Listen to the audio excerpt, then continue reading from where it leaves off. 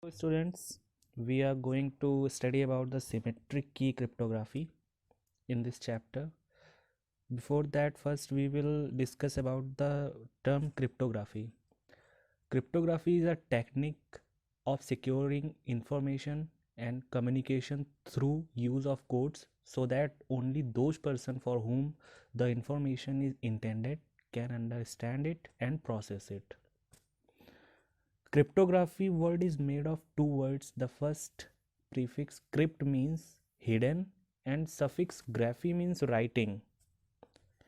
In cryptography, the techniques which are used to protect information are obtained from mathematical concepts and a set of rule based calculations known as algorithms for encryption and decryption.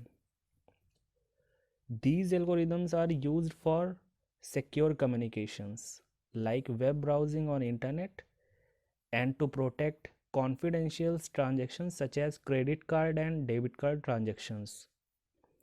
There are basically two types of encryption system: symmetric cryptography and asymmetric cryptography. First, let us discuss about the symmetric cryptography. It is an encryption system where the sender and receiver of messages use a single common key to encrypt and decrypt messages. In symmetric key systems, these algorithms are faster and simpler, but the problem is that sender and receiver have to somehow exchange key in a secure manner. Examples of symmetric cryptography are DES and AES and RC4. Later in this chapter we will discuss all these examples, DES and ES. Now let us move on to asymmetric key cryptography. Under this system, a pair of keys is used to encrypt and decrypt information. A public key is used for encryption and private key is used for decryption. Public key and private key are different. Even if the public key is known by everyone, the intended receiver can only decode it because he only knows the private key. First, let's discuss about the various symmetric key ciphers.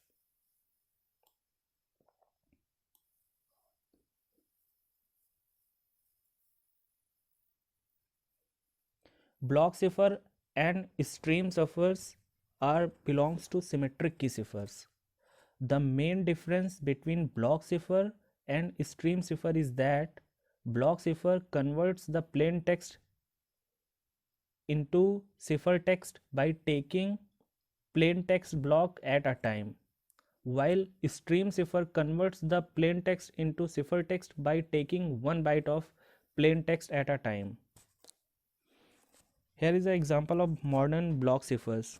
A symmetric key modern block cipher encrypts an n-bit block of plain text or decrypts an n-bit block of ciphertext.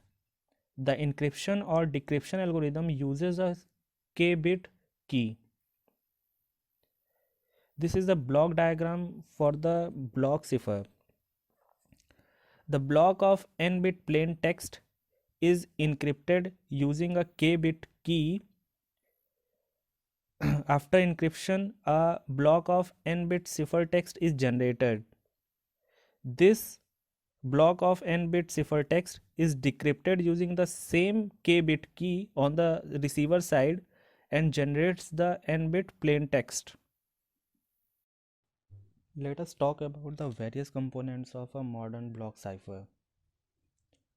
Modern block ciphers normally are keyed substitution ciphers in which the key allows only partial mappings from the possible inputs to the possible outputs. However, modern block ciphers normally are not designed as a single unit. To provide the required properties of a modern block cipher, such as diffusion and confusion, a modern block cipher is made of combination of transposition units. For diffusion, we use D boxes. For substitution, we use S boxes. First, let us discuss about D boxes or P boxes. The meaning of D is diffusion. A D box parallels the traditional cipher for characters. It transposes bits. It is referred to as a permutation. That's why it is also called as P box. The system of output of the D boxes are predetermined. There are three types of P boxes. First one is straight P boxes, second one is compression P boxes, third one is expansion P boxes. In straight P boxes,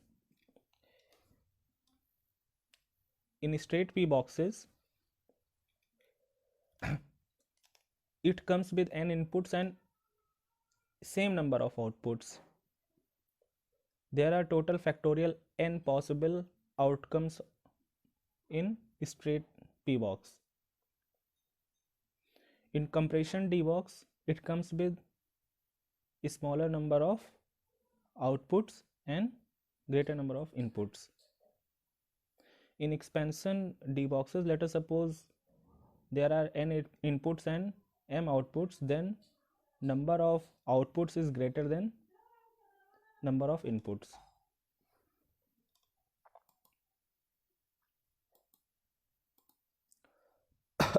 So compression and expansion P boxes are not invertible. A straight P box is invertible, that's why it is used in both encryption and decryption algorithms. Now let us talk about S boxes. S boxes are also referred as substitution boxes. An X box is an M cross N substitution unit, where M and N are not necessarily the same. Basically, the number of input and output are not necessarily same. Modern block ciphers are used as keyless boxes, where the mapping from the inputs to the outputs is predetermined. When it comes to the invertibility of an S box may or may not be invertible. In an invertible S box, the number of input bits should be same as the number of output bits.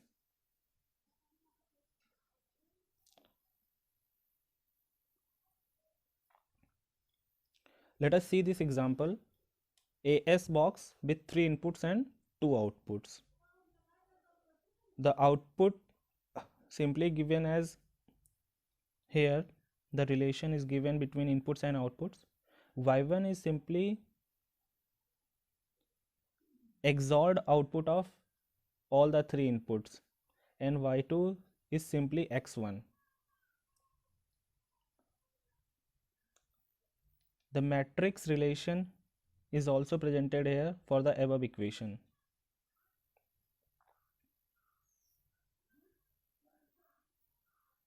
Now we will move on to the next component of modern block cipher, that is exclusive OR.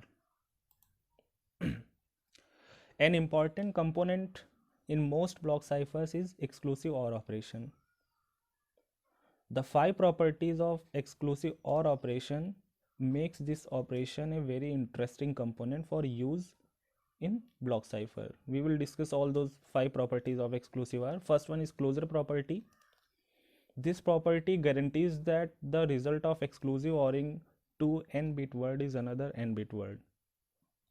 Next property is associativity. This property allows us to use more than one exclusive OR operation in any order. The next property is commutativity. This property allows us to swap the inputs without affecting the output. Existence of identity. The identity element for the exclusive OR operation is an n-bit word that consists of all zeros. This implies that exclusive ORing of a word with the identity element does not change that word. Existence of inverse. In the context of XOR operation, each word is arity inverse of itself. This implies that exclusive ORing of a word with itself yields the identity element. The last property is complement.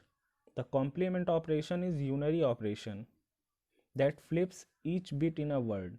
A 0 bit is changed to 1 and 1 bit is changed to 0.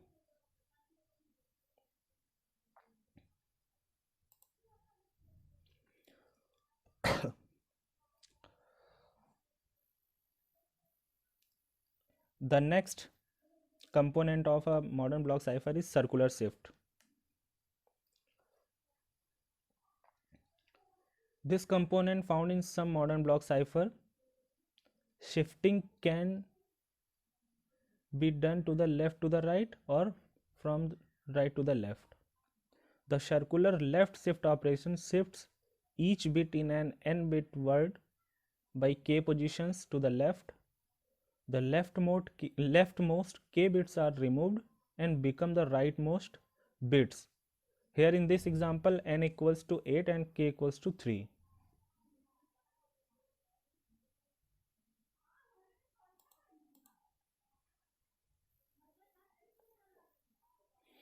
Now we will discuss an example of block cipher, that is product cipher.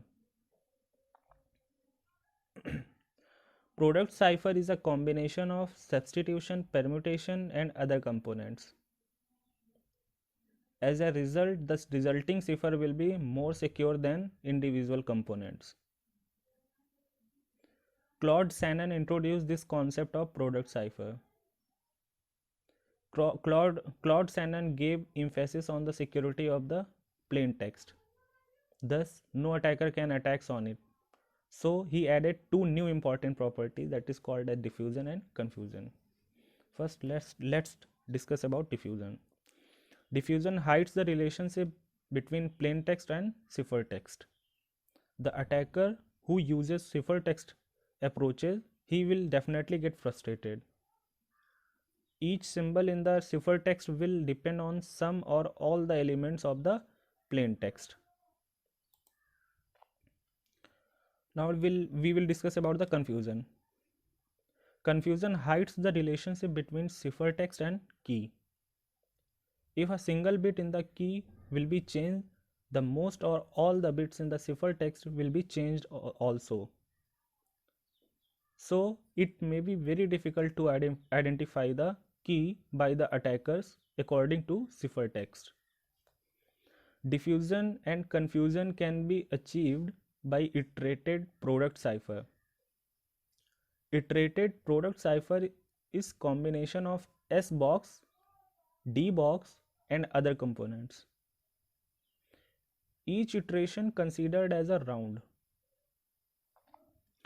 Here the mapping of output according to input for both S box and D box has to be predetermined. The product cipher used only the straight D box because it is invertible, so decryption can be done very easily.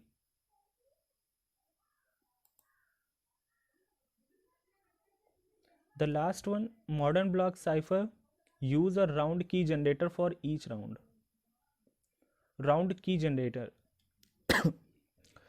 Round key generator creates different keys in each round. If a cipher key is normally given as 64 bit, then the round key generator creates 16 48-bit keys out of 56 bit. Extra 8 bit is given with the input key 64 bit. This 8 bits are parity bit which are dropped before key generation by parity drop table.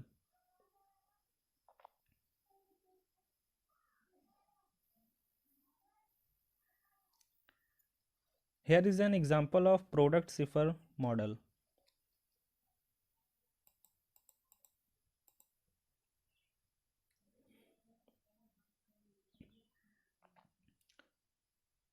Three transformations are happened in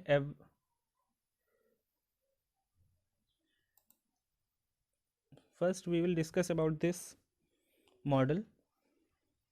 with 2 rounds. The plain text and key both are 8-bit here. In an n round product cipher, plain text will encrypted n times, key will change for n times, and ciphertext will decrypted n times. 3 transformations are happened in every round of the product cipher. The text is mixed with the key to whiten the text. It is normally done by the exclusive OR operation. The output of the whitener are organized by S box. The values of bits will change by the structure of S box transformations. The output of the S box is passed through a straight debug to transpose the bits, the predetermined debox.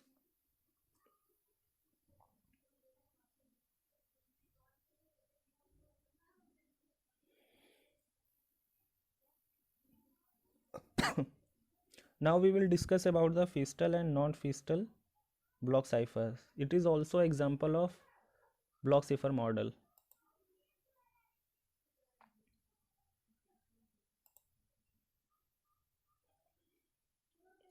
Classes of modern cipher. All modern block ciphers are product cipher. The product ciphers are divided into 2 classes, Feistel ciphers and non-Feistel ciphers. Feistel cipher use both invertible and non-invertible components. The example of this block cipher is DES. Non-Feistel cipher use only invertible components. This type of block cipher is AES. Later in this chapter we will discuss about DES and AES.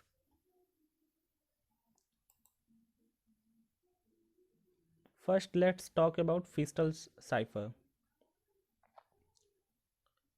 A Feistel cipher combines all non-invertible components in an unit and uses the same unit in encryption and decryption algorithm.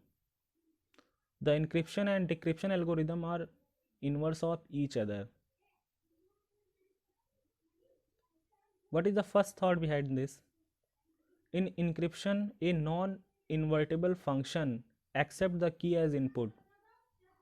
Then the output of the function is exclusive OR with the plain text. This combination is called as mixer. The output of this combination becomes ciphertext. It is sent to the receiver.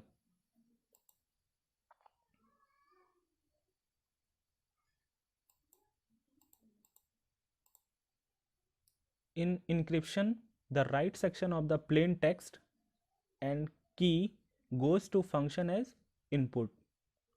The output of this function exclusive ORed with the left section of the plain text and produces the left section of the ciphertext. The right section remains same as the plain text.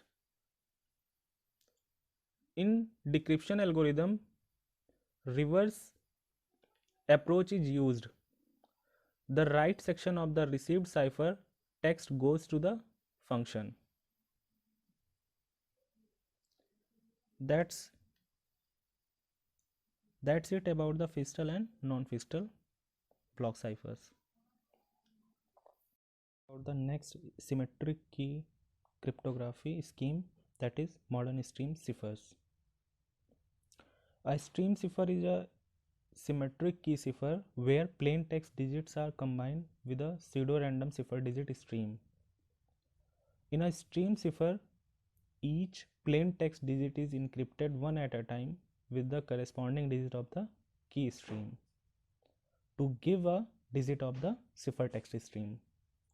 Since encryption of each digit is dependent on the current state of the cipher, it is also known as state cipher. In practice, a digit is typically a bit and the combining operation is an exclusive OR operation.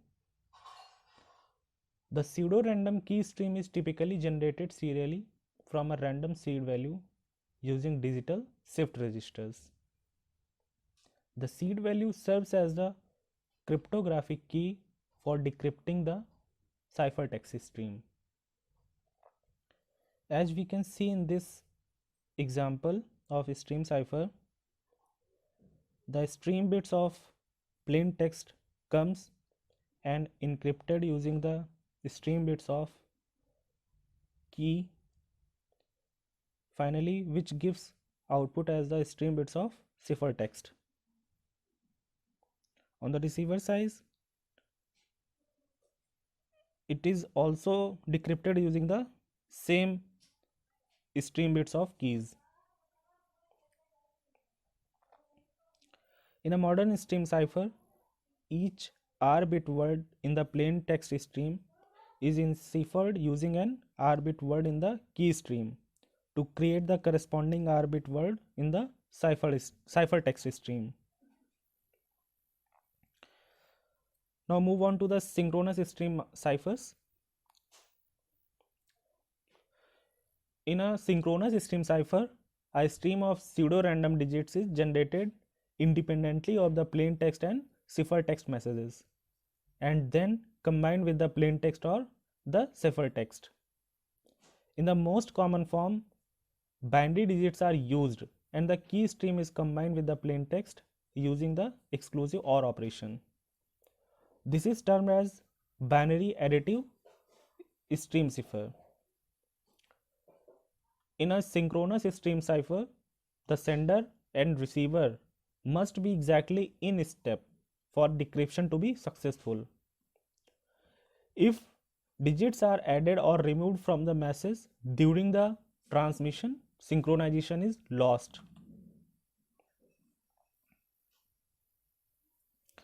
Feedback shift registers are used to generate the stream bits of pseudo-random key bits.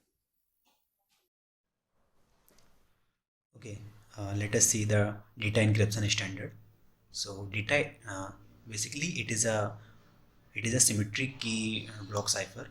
So it is used to encrypt or decrypt the data. It takes a plain text and for encryption it takes a plain text and produces a ciphertext for that, and for the decryption it takes a ciphertext and produces a plain text. Like it can take only the 64 bit at a time for producing a ciphertext, and same for the decryption also. And the same key, that is the size of 56 bit, is used to encrypt or decrypt the data. So moving to the general structure of DES, this is basically the general structure. So you can see like it can be divided into the in the 4 parts, like the initial permutation, and these are the 16 fiscal rounds, and this is the round key generator, and this is the final permutation. So whenever it gets the plain text, 64 bit of plain text, it is passed through all these rounds. After that it produces a ciphertext. So in the next slides we will see what are these rounds and what is there inside. So let us understand the initial and the final permutations. So like as the name suggests, what it does, like it permuted the bits position. Like the first position bit will be permuted to the 40th position, and the 64th bit will be permuted to the 25th position. Like that all the bits are permutated. For instance, if you ignore these 16 rounds, you can take it as like the bit that is inserted at a first position is coming from the 64th position. So like this you can understand it. So coming to the fiscal round, so like there are the 16 rounds. So you can see it like this, like it takes a 64 bit of input, and after that the input is divided into the 32 bits of left bits and right bits. After that the right bits is given as an input to the function. This is a DES function, and that along with the key, the key it uses is a 48 bits key, that is here. So along with this 48 bit, it produces output. After that, it is XORed and produces a output. For that output and the right 32 bits are swapped. After that, they produces the output for the next round. So like these are the two blocks. So here the mixer here the mixing perform, and after that we swapped the output. Whatever we get here, we will swap that, and whatever the output we have got from the first round, that will be used as an input to the next round. So likewise, all the 16 rounds will be performed. So let us understand what is that the DES function, what it will do. So coming to the DES function, it is called as a heart of the DES. So like it takes the 32 bit of input, like you can see here, it will take the 32 bit of input, and from here it will take a 48 bit of key. So to make it compatible with the 48 bit, it is passed through the expansion P box. So what it will do, like it will expand the 32 bit to the 48 bit, so that it can be compatible with this 48 bit of key. After that, it is XORed with the 48 bit key and produces an output of 48 bit key. After that, that output is given as an input to the S boxes. There are 8 X boxes, and each has input of 6 bit and produces an output of 4 bits. So you can it takes a 48 bit of input and produces a 32 bit of output. After that, that output is given as a input to the state P box, that produces a state output like the 32 bits. Finally, it produces a output for the function.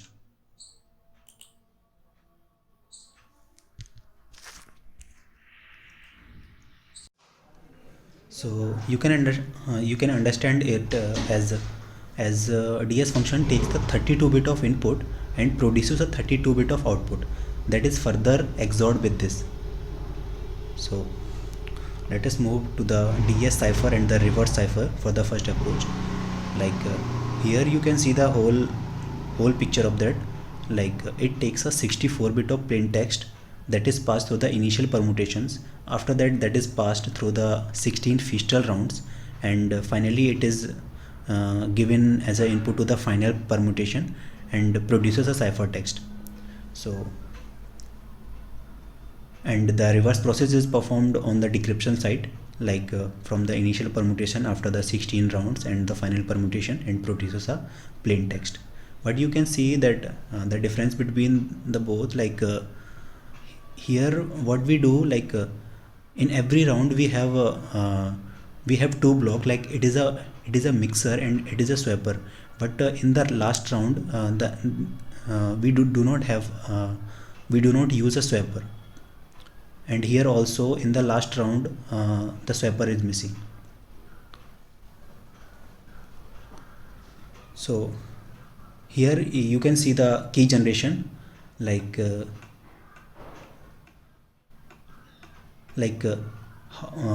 here the key generator, like it takes the 56 bit of cipher key and produces a 16 48 bit of keys that are used to the multiple rounds. So how it works, we will see here. Like it takes a 64 bit of input.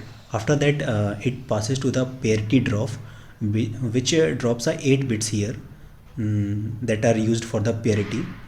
Like after that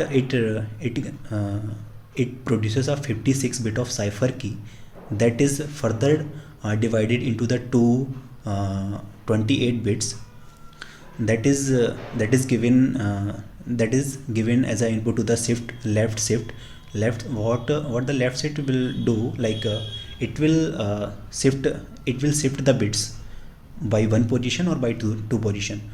How it will decide whether it has to shift one or two, like Like you can see the if it is a round 1, 2, 9 or 16, it will shift a 1 bit, other than it will shift a 2 bits. After that it will produce after that the 20 bits will 28 bits will be given as an input to the compression box, compression P box, and from the right side also, and that will produce a 48 bit of key for the first round. Likewise all the 16 rounds, likewise all the 48 bit keys will be produced for all the 16 rounds.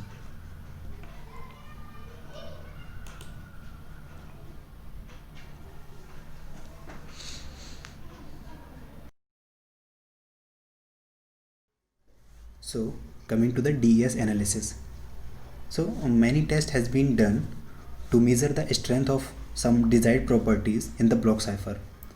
The element of the DES have gone through the solutions to see if they met the established criteria or not. So two derived properties of the block ciphers are the avalanche effect and the completeness effect. So coming to the avalanche effect.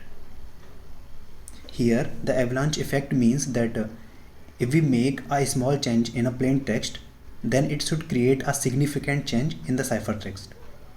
So the DES has been proved to be strong enough with respect to this avalanche effect. The next is the completeness effect, where it means that the cipher text should depends on the multiple bits in the plain text.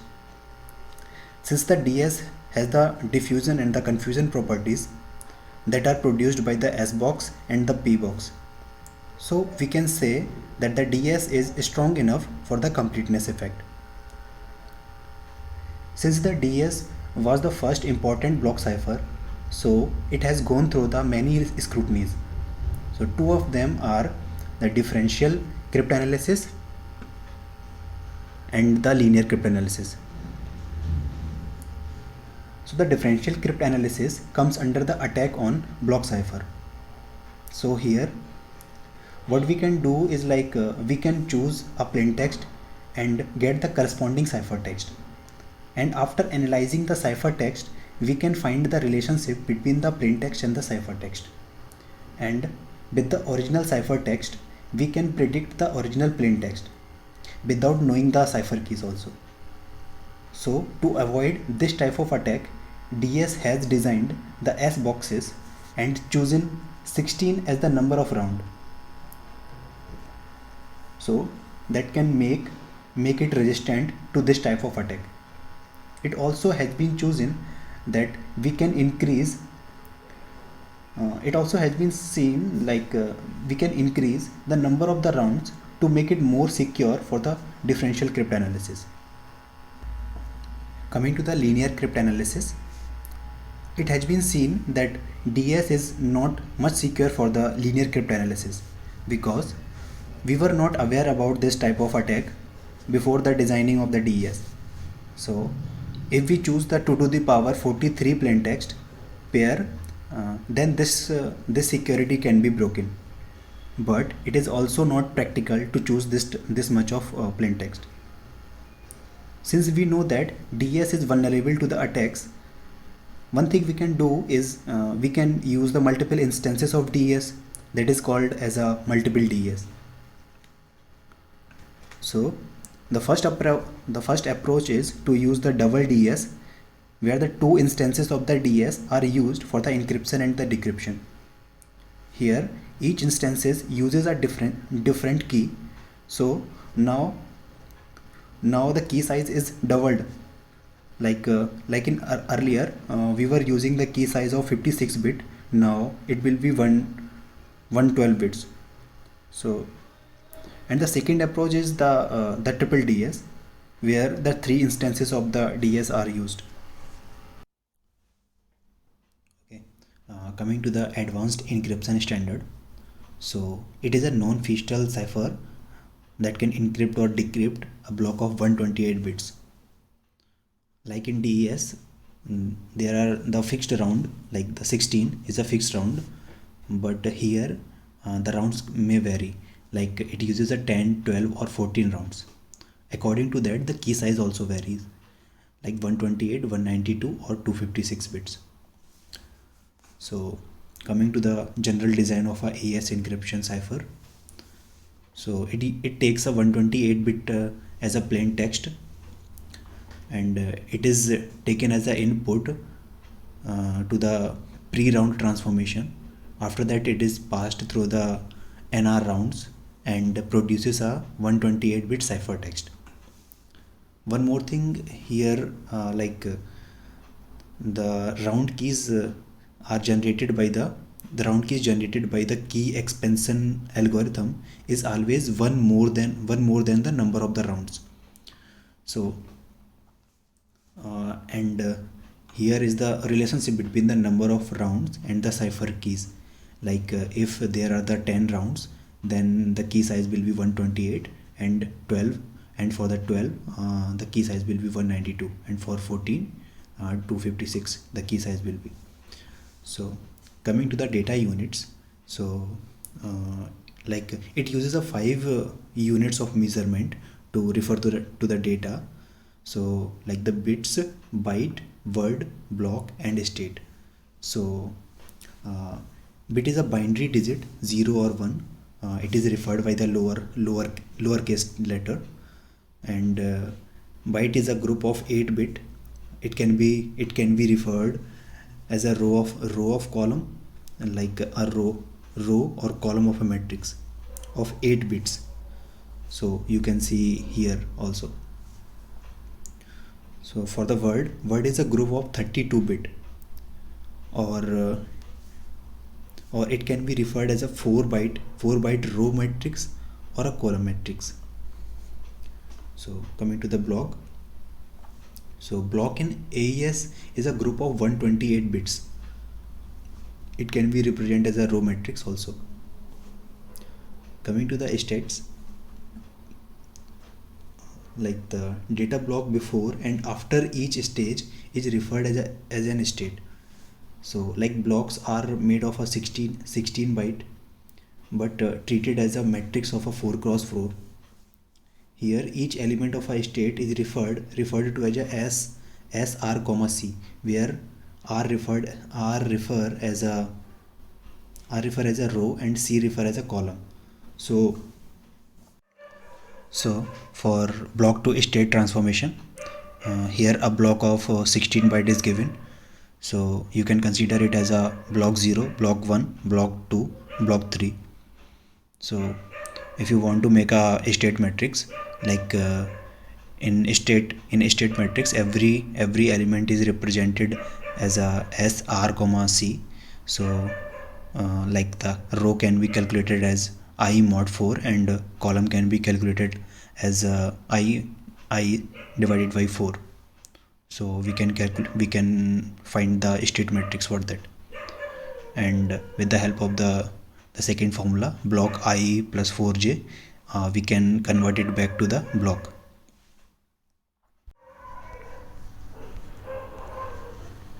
So coming to the transformations. So to provide the security, AES uses the 4 types of transformations, that are substitution, permutation, mixing and the key adding. So let us talk about the substitution. So AES, like DS, uses the substitution. However the mechanism is different. First, the substitution is done for each byte, and it uses a table for the transformation. If 2 bits are same, then the transformation also will be the same. And the third is, the transformation is defined by either a table lookup process or by a mathematical calculation, that is from Galois field. There are 2 types of inevitable transformations, that are subbyte and inverse of subbyte. The subbyte is used for the encryption. So let us see what is subbyte.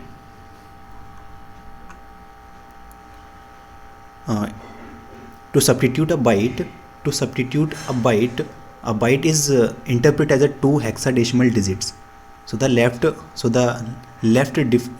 digit define the row and the right digit define the columns. So the 2 hexadecimal digit at the junction of the row row and the column are the new byte. Here you can see like the state matrix is treated as a 4 cross 4 matrix of the bytes.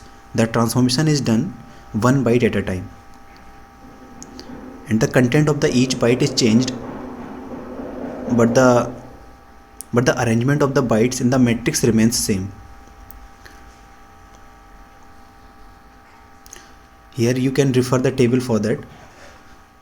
Like if the 2 byte, like two neighboring byte may differ in a larger bits, like 5a and 5b, they are be and 39, like they are the neighboring bits, that but the transformation may differ in a larger bits.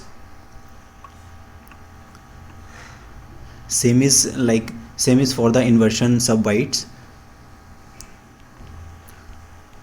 Let us come to the permutations.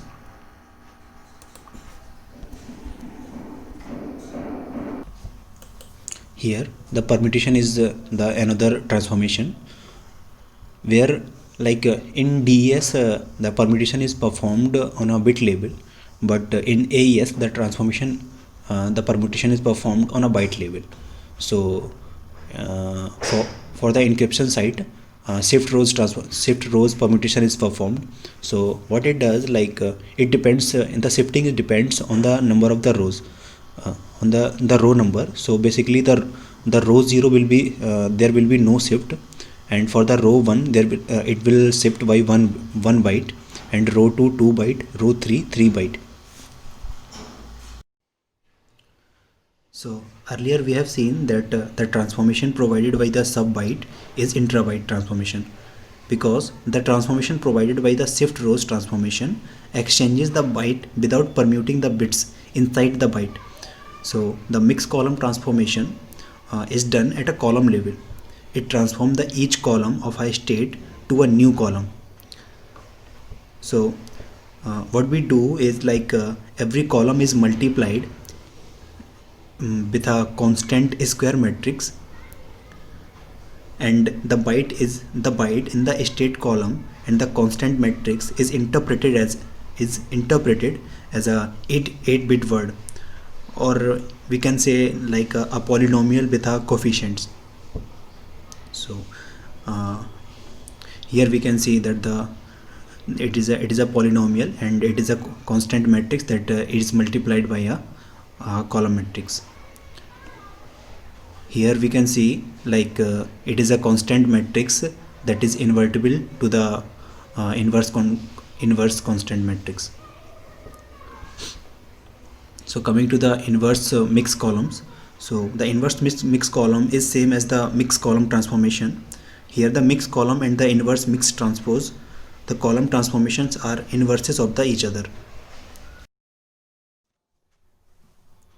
And the last transformation is key adding transformation. So here the cipher key is included. So the cipher key is the only secret between the Alice and the Bob. If it is not used, then it will be very easy for the adversary to get the plain text for the ciphertext. So we have seen that AES uses the cipher key to generate the n r plus 1 round keys. So each round is 128 bit long. It is treated as a 32 bit words. For the purpose of adding the key to the state, each word is considered as a column matrix. So like the mixed column, the round key also proceed one column at a time. So where in the column matrix a constant square matrix is multiplied, here the constant matrix is added to the column matrix. So with the figure we can understand that here it is the state matrix, and a constant matrix is added to the column matrix to provide a column of a new state matrix. Modes of operation. For different types of messages, we need to use different modes of operation. So the 5 modes of operation that will be discussed here, as you can see: electronic codebook mode of operation, cipher block chaining, cipher feedback, output feedback, and counter mode of operation. So first one is the electronic codebook mode of operation. So this is the simplest mode of operation, and in this mode of operation plaintext is basically divided into number of fixed block, and if the message or plaintext is not multiple of block size, in that case padding is done. So here is the encryption is basically C equal to EPI, that means encryption of plaintext PI. Okay, and in the decryption phase PI equal to DKCJ, that means a decryption of ciphertext. Now here E means encryption, P is the plaintext, K is the secret key, and C is the ciphertext block, and D is the decryption. Okay, so in the encryption phase, as you can see, plaintext P1 is passed to the encryption algorithm by using a symmetric key K and generate its cipher block C1, and in the second is the plaintext P2 is passed to the encryption algorithm using the symmetric key K and generate its cipher block C2. And in the decryption phase, it's completely reverse of the encryption. So here the cipher block C1 is passed to the decryption algorithm by using the symmetric K generate its plaintext P1. Okay, so if we assume here one example, suppose plaintext equal to hello world, and if the block size is given suppose 5. Okay, so in that case P1 will be hello and P2 will be world. Okay, now P1 hello plaintext is passed to the encryption algorithm by using symmetric key and generate cipher block C1, and plaintext P2 is the world is passed to the encryption algorithm by using symmetric key, it generates its cipher block C2. In the decryption phase, that cipher block C1 is passed to the decryption algorithm using key generates P1 plaintext which is hello, and in the second case is the cipher block C2 is passed to the decryption algorithms and generates the plaintext P2 which is world. Okay, now let's talk about error propagation. So here a single bit of error in transmission can create errors in several in the corresponding block. However, this error does not affect to the other blocks, as you can see. So basically it is based for the short amount of data but not very much secure for lengthy data. Okay, but one disadvantage of this mode of operation is basically if there is an identical block, in that case it generates the same cipher block. Suppose we have the P1 as hello and P2 is also hello. So in that case it generates a cipher block same cipher block C1 and C1 equal to C2, we can say that, because both the cipher blocks will be the same in that case. Okay, so this is one drawback in this mode of operation. So to overcome this problem, cipher block chaining mode of operation is introduced. Cipher block chaining mode of operation. In CBC mode of operation, each plaintext block is XORed with the previous ciphertext block before being encrypted. So here the plaintext P1 is XORed with initialization vector and which is passed to the encryption algorithm by using a symmetric key K and generates the cipher block C1. And that cipher block C1 again XORed with plaintext P2 and passed to the encryption algorithm by using symmetric key and generates the cipher block C2.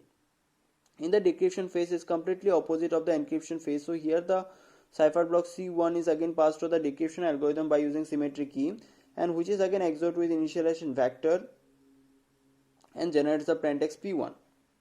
So this is the overall encryption and decryption of CBC mode of operation. So here the initialization vector should be known by the sender and the receiver, and if illegitimate users can change the bit values of the initialization vector, then it can change the bit values of the first block. So that's why initialization vector should be kept safe from the changes. Okay, and because of this initialization vector, it overcomes the problems of same cipher block issues. So as I have already said in the ECB mode of operation that if P1 and P2 are the same plaintext, so in that case it generates the cipher blocks C1 and C2 both are the same cipher blocks. Okay, so in CBC mode of operation these problems has been solved, but another one problem arises, that is if plaintext P1 and plaintext P2 are same and if we add the initialization vector, if we use the same initialization vector in P1 and P2, so in that case also we will get the same ciphertext.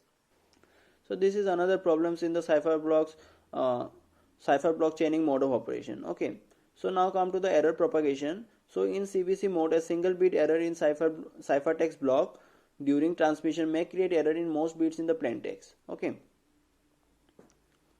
So coming to the cipher feedback mode of operation. So here the initialization vector is passed through the encryption algorithm using a symmetric key, and output of that is divided into two parts, that is R bits and B minus R bits. Okay, B minus R bit is basically discarded, and that R bits again XORed with plaintext P1 and generate its cipher block C1. Okay, and that cipher block C1 again goes to the shift register S2, and then it passed through the encryption algorithm by using symmetric key. Again that output is divided into two parts, that is R bits and B minus R bits. B minus R bits also discarded, and so here R bits is again XORed with the plaintext P2 and generates the ciphertext C2. And this is how encryption is done here. And in the decryption phase, it's all in the decryption is basically all the same, but difference is here in the plaintext P1 it's basically ciphertext, and in the ciphertext C1 it gives the plaintext P1. Okay, so here as you can see in the encryption, Pi XOR to it, select left, the same, all the same, but there is the only changes in the plaintext and ciphertext. So this is the overall cipher feedback mode of operation. So in this, error propagation is basically a single bit error in transmission creates one bit error in the corresponding block, and most of the bits in the successive plaintext block until the shift register is totally refreshed. Okay, so here just one thing is keep in mind that in CFB mode, encipherment and decipherment use the encryption function of the underlying block cipher. So here both uses the encryption cipher, but in the previous case as you can see in the encryption phase it uses the encryption algorithm, and in the decryption phase it uses the decryption algorithm. But in this case, in the encryption and decryption both uses the same algorithm, but the slight difference is that plaintext, in place of plaintext there is a ciphertext, in case of ciphertext there is a plaintext. Okay, this is the difference. And so output feedback mode of operation, this is very similar to CFB mode of operation, just one difference, each bit in the ciphertext is independent in the previous bits, and this avoids the error propagation, and if any error occurs in transmission, so it does not affect the bits that follow. Okay, so this is the overall encryption and decryption phase in the output feedback mode of operation. So here as you can see in the encryption phase, the initialization vector is passed through the encryption algorithm by using the symmetric key, and output of that is passed again XORed with the plaintext P1 and the ciphertext C1. Okay, and before XOR, that output is connected to the again encryption algorithms by using the symmetric key, and that is again XORed with the plaintext P2 and generate the ciphertext C2. And this is how encryption is done here. And in the decryption phase all the processes are similar, but only difference is the places of ciphertext C1 and plaintext P1. Okay, so only the places are different. So here, and in this case both encryption and decryption uses the same encryption algorithm. Coming to the counter mode of operation, in this mode of operation there is no feedback required, and here in the encryption phase the counter 1 is passed to the encryption algorithm by using symmetric key, and that output is XORed with the plaintext P1 generates the ciphertext C1. Okay, and similar when for the cipher block C2, first the counter 1 incremented, and that the counter 1 value is again encrypted, again passed through the encryption algorithm using symmetric key, and then XORed with plaintext P2 and generate the cipher block C2. Okay, and in the decryption phase, and here also the encryption algorithm is used. So these are the overall mode of operation.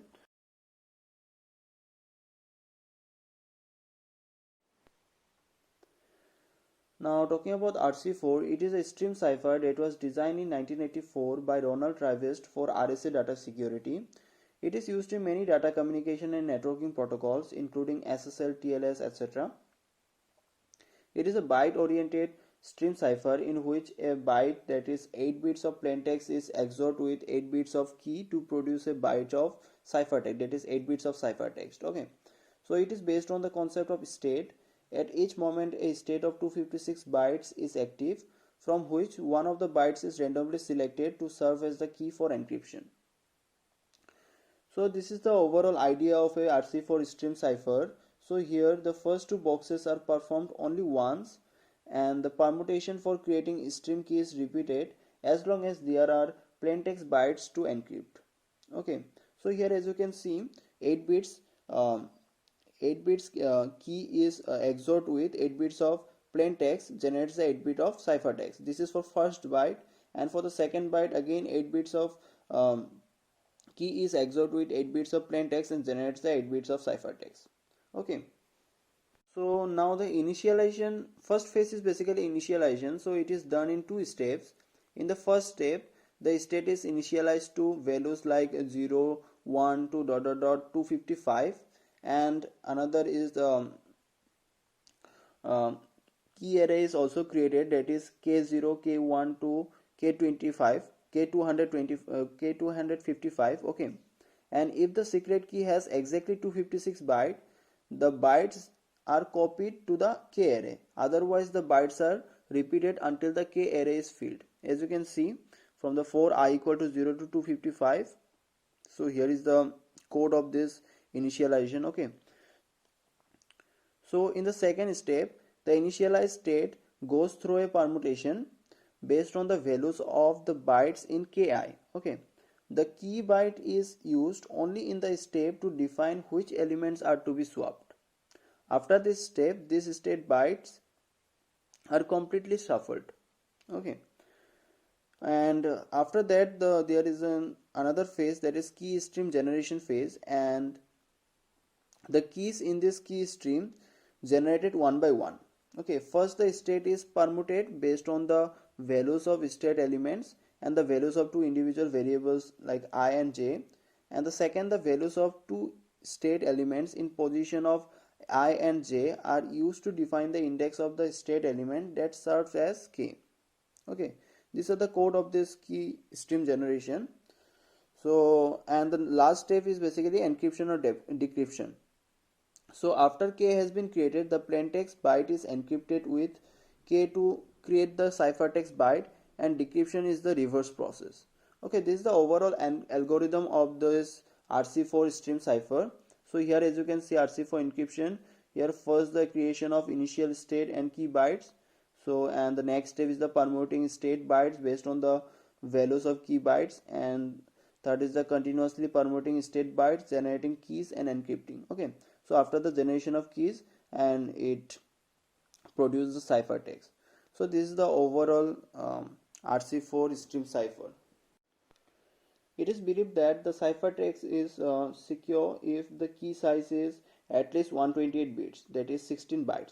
There are some reported attacks from smaller key sizes, but the protocols that use RC4 today all use key sizes that make RC4 secure.